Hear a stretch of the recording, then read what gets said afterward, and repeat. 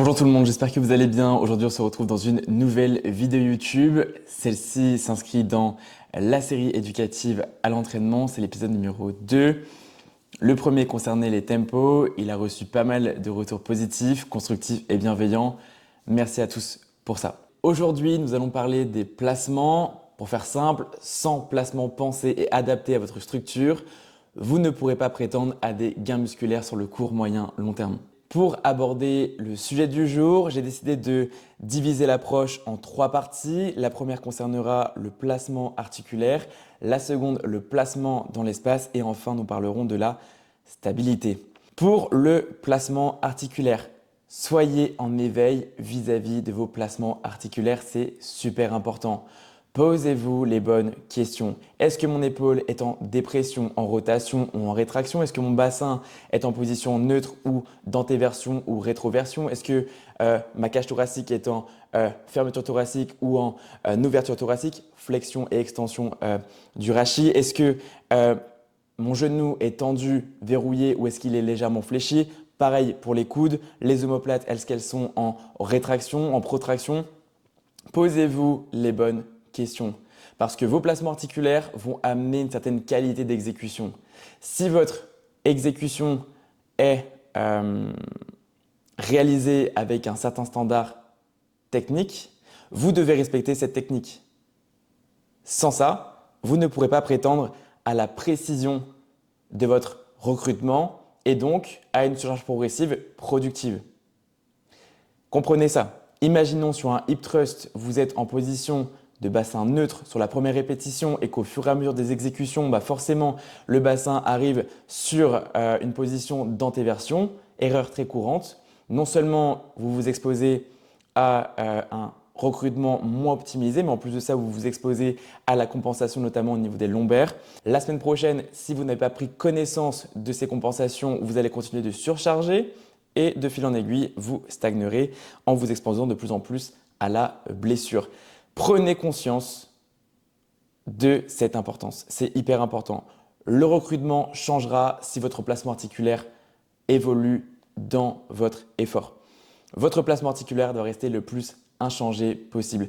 À partir du moment où vous conscientisez le fait que votre articulation a bougé lors de l'exécution, c'est que vous êtes à un échec technique. Essayez de conscientiser cet aspect pour retarder cet échec technique et de plus en plus ne plus le proposer. Parce que bien évidemment que si vous faites un tirage et qu'à chaque fois vous êtes emporté par une épaule qui n'arrive pas à rester en place et ceci viendra altérer la qualité de votre exécution et viendra non seulement vous perturber sur le plan psychologique, eh bien oui, vous serez toujours limité par une épaule qui n'arrive pas à rester en place. Donc c'est pour ça qu'il faut absolument rester concentré sur les placements articulaires, faire vos tirages sans pour autant laisser les articulations bouger dans l'espace d'une manière qui n'est pas prévue, pour enfin prétendre à la qualité, la durabilité de votre surcharge progressive et à sa productivité. C'est super important. OK ? Pour éviter la compensation et maximiser vos progrès musculaires sur le court, moyen, long terme, 3 choses, 3 astuces à assurer. La première, éduquez-vous autour de l'anatomie, de la biomécanique. Hyper important. Deuxième chose, ça va être de se filmer au début lorsque vous installez des standards techniques, placement dans l'espace, placement articulaire et autour de la stabilité de manière à vérifier un certain standard, une certaine qualité. Et au fur et à mesure de la surcharge progressive, au fur et à mesure des semaines qui vont passer, vérifier la qualité des standards actuels par rapport aux standards initiaux. C'est super important.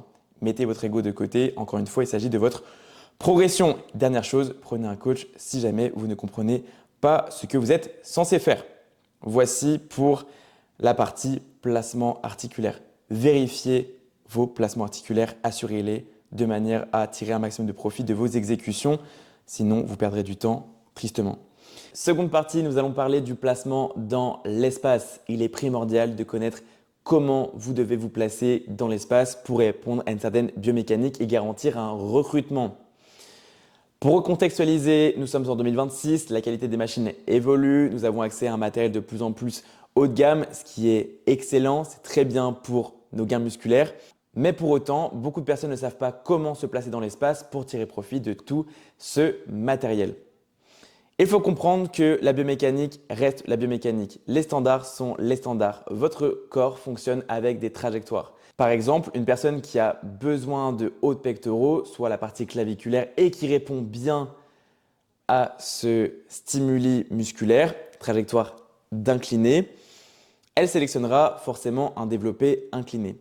Cependant, si cette personne ne place pas bien ses articulations, thoraciques, épaules, coudes, il est fort possible qu'elle ne recrute pas correctement la partie haute des pectoraux.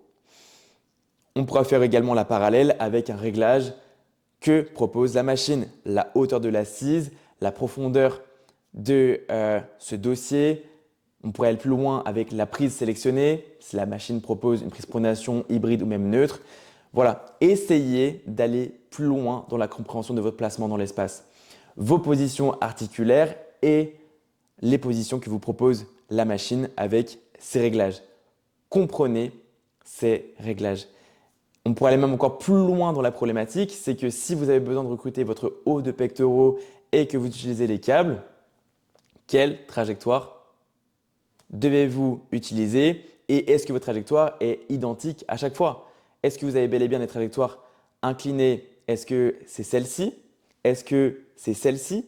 Est-ce que c'est celle-ci? Essayez d'avoir un maximum de précision dans votre trajectoire, une standardisation de votre trajectoire, une standardisation que potentiellement une machine pourrait vous apporter, mais les câbles ont leur intérêt. Donc veillez à la sélection de vos exercices et à leur pertinence. Ne cherchez pas à charger progressivement si vos standards ne sont pas en place. Comprenez vos placements articulaires, comprenez les réglages de vos machines, comprenez les hauteurs de vos poulies, les setups que vous mettez en place parce que sinon, vous développerez des tensions. On prend l'exemple d'un leg extension où vous avez la rotule qui est trop avancée par rapport à l'axe de rotation. Ne soyez pas étonné d'avoir des douleurs dans l'articulation du genou. Vous accumulerez forcément de la frustration jusqu'à l'abandon. On le connaît, c'est le schéma classique parce que vous n'aurez aucun gain musculaire ou très peu par rapport à l'implication que vous proposez. D'accord ? Troisième et dernière partie, nous évoquerons évidemment la stabilité. Sans stabilité, vous n'aurez pas de surcharge progressive durable, pas de surcharge progressive durable, pas de résultats musculaires sur le court, moyen, long terme. Comprenez-le. Ça ne veut pas dire que l'instabilité doit être bannie de vos exécutions. Des trajectoires libres aux haltères, rowing buste penché, développé incliné, des RDL, peu importe. Ça peut être très intéressant, mais juste faites attention à la sélection des exercices, prévoyez justement ce caractère instable pour vous y attendre et porter un maximum d'attention à ces niveaux-là. Si vous êtes toujours limité par l'instabilité, posez-vous des questions. On prend l'exemple souvent de l'exercice phare que vous aimez tous utiliser à la poulie en unilatéral. Je pense que vous l'aurez deviné, c'est le tirage horizontal ou même hybride en unilatéral. Forcément, quand vous utilisez 20 kg, l'exercice est cool. Ça passe parce que votre gainage réalise son rôle. Vous êtes stable, vous êtes bien positionné dans l'espace, il n'y a strictement aucun souci. Mais c'est vrai que quand vous surchargez, 30 kg, bon, ça peut passer. Mais quand on arrive sur des 50, 60, 70 ou même 80 kg, forcément, votre gainage ne suffit plus. Vous présentez des positionnements articulaires qui changent, vous perdez vos standards. Perte de standards, perte de sécurité, perte de l'isolement, perte de l'intérêt d'un exercice puisque vous allez stagner et ça, vous pouvez en être sûr. Comment prévenir l'instabilité? Vous avez plusieurs moyens. Utiliser un banc par exemple pour compenser cette perte de gainage sur le tirage horizontal par exemple. Utiliser des appuis quels qu'ils soient dans l'espace, que ce soit des barres, des machines, bref, utiliser des appuis, des soutiens par-ci par-là, des soutiens qui sont bel et bien durables et tenables dans le temps. Si vous utilisez un banc qui est présent aujourd'hui mais qui la semaine prochaine ne sera plus là, ce n'est pas intéressant.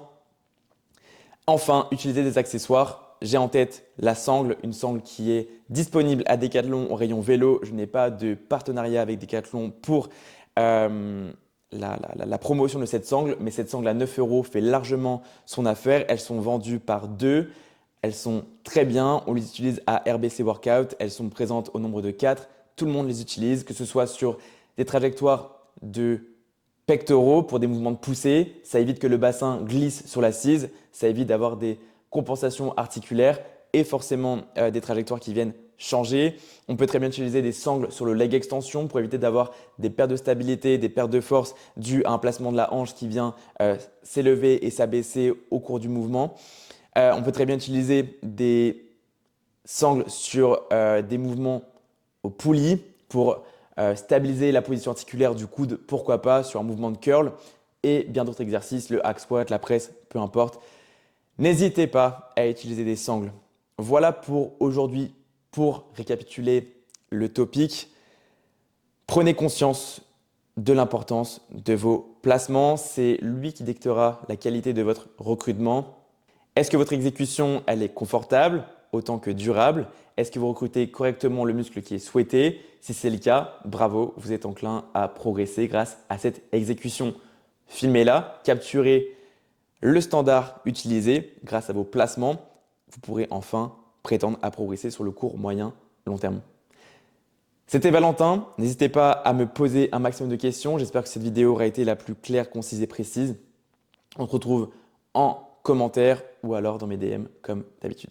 À très vite.